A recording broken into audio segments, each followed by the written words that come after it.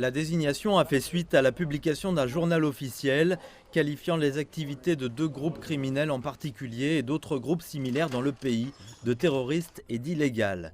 Les experts en sécurité affirment que cette requalification permettra désormais à l'armée de déployer une partie de son équipement, à l'instar des bombardiers Super Tucano que le pays a acquis auprès des États-Unis il y a peu. Nous ne pouvons pas utiliser ces Tucano, car il y a des termes et des conditions dans le contrat de vente. C'est lié à la loi sur l'assistance étrangère des États-Unis ou à la loi sur l'exportation d'armes, qui stipule que vous ne pouvez pas acheter du matériel américain et l'utiliser sur des civils.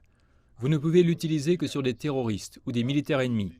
Maintenant que la requalification est passée, je pense que nous sommes prêts à nous occuper d'eux. Cet équipement que l'armée vient de recevoir est très précis et peut être utile dans la lutte contre ces terroristes.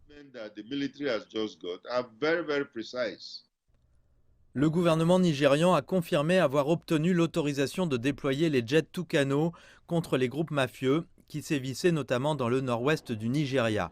Il porte ainsi la responsabilité de plusieurs meurtres, du pillage de centaines de communautés, d'enlèvements de masse, dont des écoliers, entre autres crimes. La dernière action du gouvernement est l'une des nombreuses mesures qu'il a adoptées pour tenter de contrôler la situation.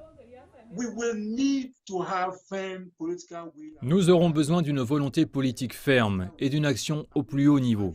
Sinon, ce ne sont que les effets d'annonce. Ce conflit, la guerre contre le banditisme, la guerre contre les enlèvements et le terrorisme sont une affaire sérieuse.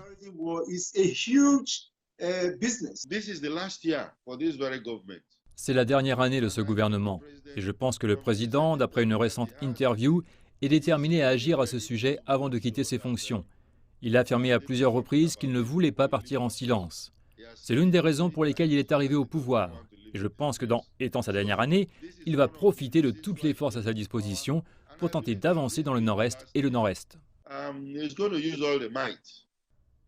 Des inquiétudes existent toutefois quant à la possibilité de pertes civiles avec le déploiement des bombardiers Super Tucano. Le gouvernement américain a d'ailleurs averti son homologue nigérian de veiller à ce que leur utilisation soit conforme aux normes internationales et à la Charte des Nations Unies. Mais l'armée de l'air nigériane a assuré qu'elle respecterait toutes les règles d'engagement contre ces criminels, qui sont désormais bel et bien considérés comme des terroristes.